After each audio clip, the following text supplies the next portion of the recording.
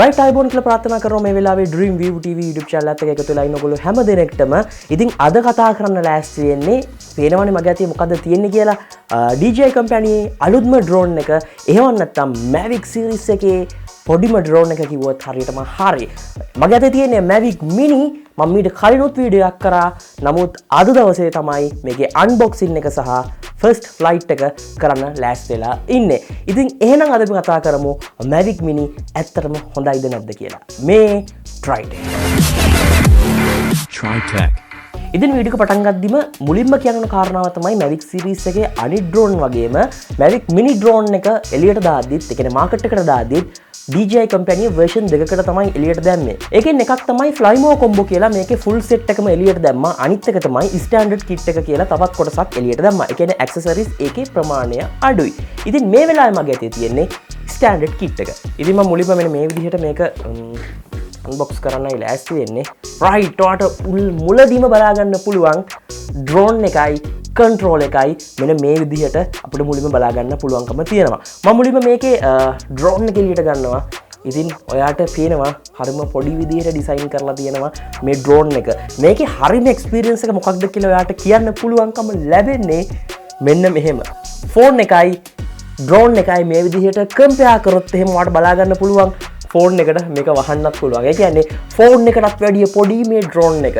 ඉතින් ඔයාට මේ විදිහට තමයි ඔයාට බලා ගැනීමේ chance එක පුළුවන්කම ලැබෙන්නේ. gimbal lock එක මෙන්න මේ විදිහට අපිට පේන්න තියෙනවා. ඒකෙන් gimbal එක ලොකු safety එකක් ලැබිලා තියෙනවා. ඒක තමයි ඩ්‍රෝන් එක. right අපි ඩ්‍රෝන් එක පොඩ්ඩක් පැත්තකින් තියලා ලෑස්ති වෙන්නේ මේකේ control එක ගැන කතා කරන්න. ඉතින් මෙන්න මේ විදිහේ control එකක් තමයි අපිට ලැබිලා තියෙන්නේ. ඉතින් මේ control එක ගැන ඔයාට මතක නම් අර කලින් Mavic series එකේ මීට කලින් ආපු Mavic Pro Mavic Air වගේ drone වල තිබ්බ control එකමයි මේ drone එකේ තියෙන්නේ.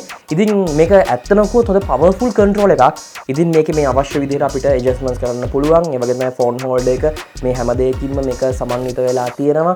අපි මේක පොඩක් පැත්තකින් තියමු. අපි මේක ගැන කතා කරමු fly කරන්න ලෑස්ති වෙද්දි. ඊට අමතරව මේකේ තියෙනවා මෙන්න මේ වගේ cables. ඉතින් මේ cable තුනක් මේ එකක ඇතුලේ තියෙනවා.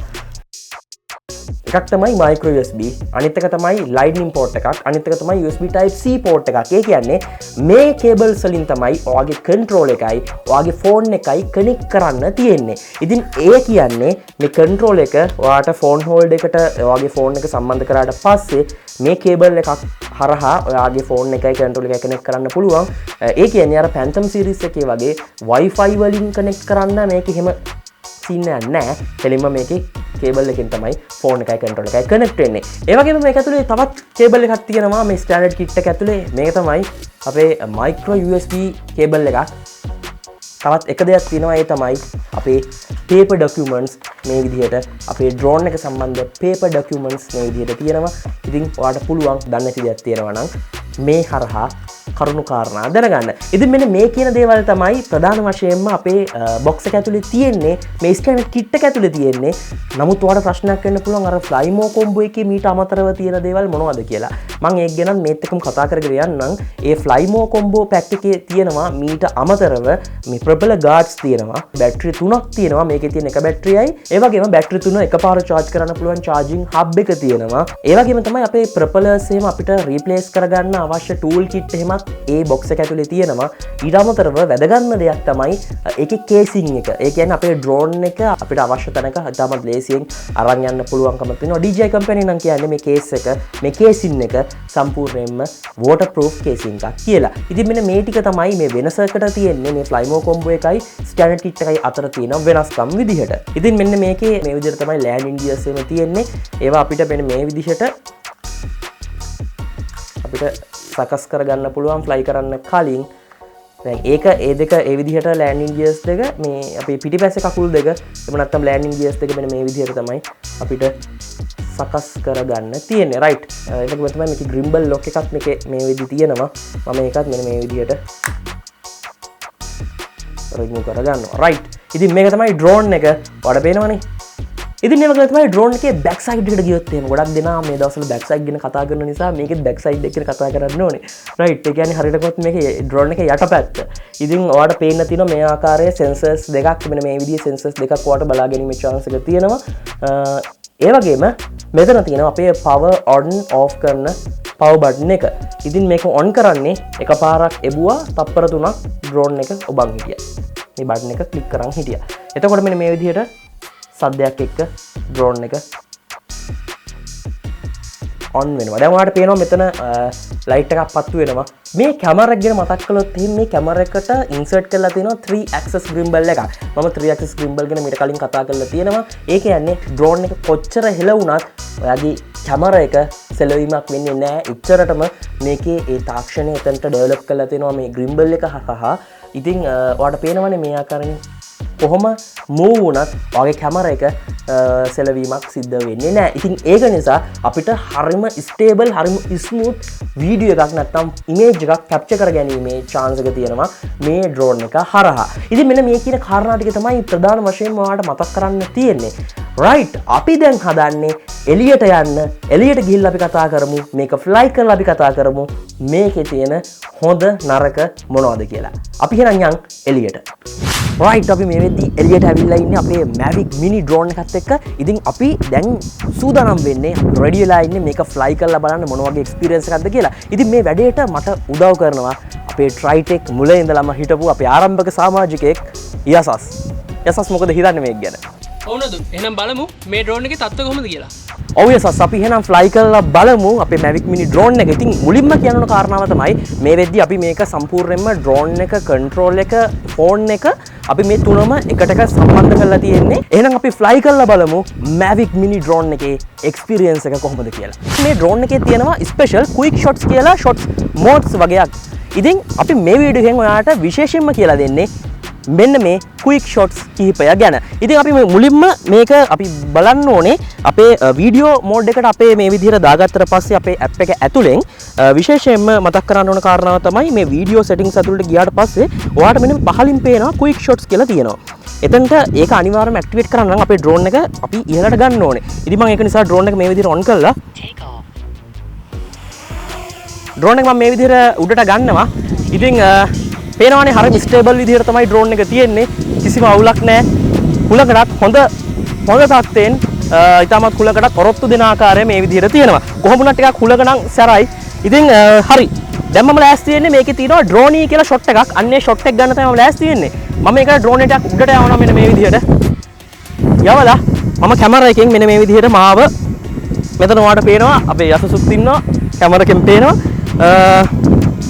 රයිට්, මේ විදිහට ඩ්‍රෝන් එක උඩට ගියාට පස්සේ මම මුලින්ම ලෑස්ති වෙන්නේ මේකේ තියෙනවා මේ ඩ්‍රෝනී කියලා ෂොට් එකක්.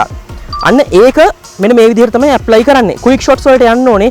ගියාට පස්සේ ඔයාලට පේනවා මෙතන ඩ්‍රෝනී කියලා.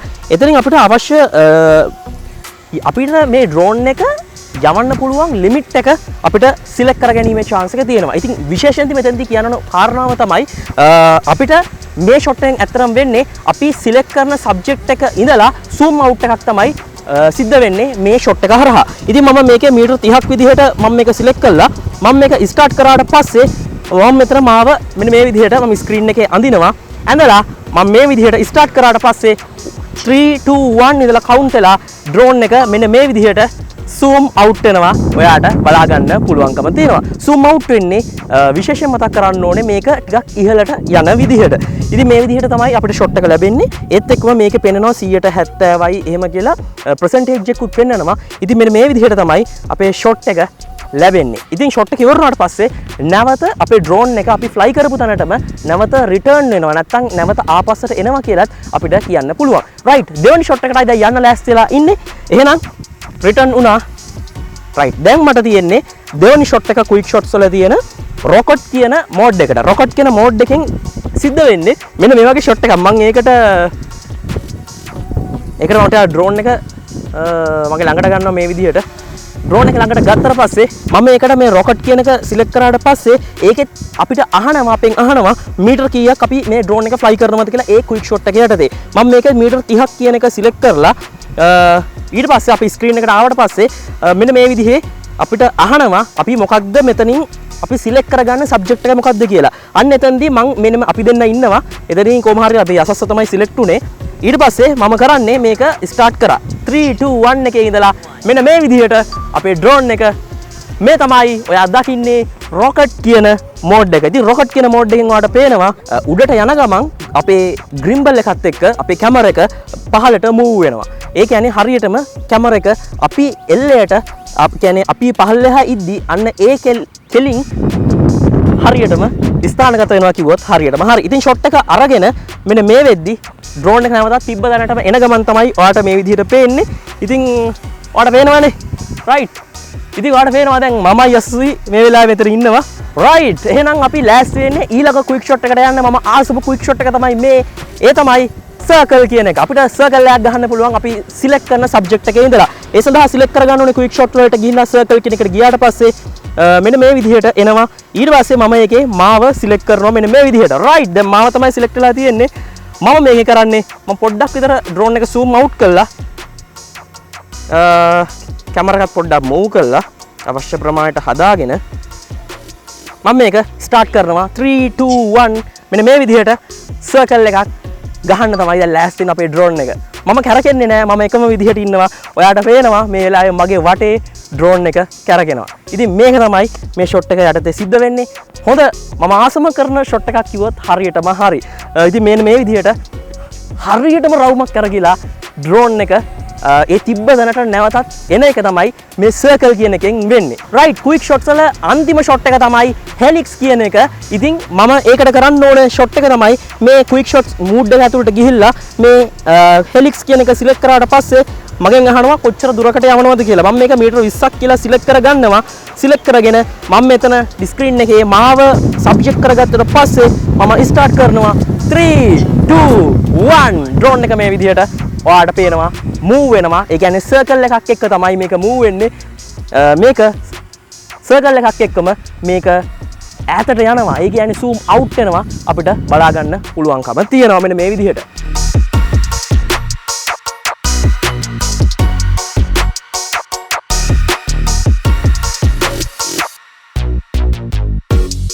රයිට්. ඉතින් මේ ටික තමයි අද අපිට ඔයාට එපිසෝඩ් එක හරහා කියන්න ඕනකම තිබ්බේ. තව මේකේ ගොඩක් දේවල් තියෙනවා මේ කන්ට්‍රෝල් එක ගැන. එහෙම නමුත් අපේ එපිසෝඩ් එකේ අපිට අද දවසේ වෙලාව නැහැ මේ හැම දෙයක්ම කියන්න.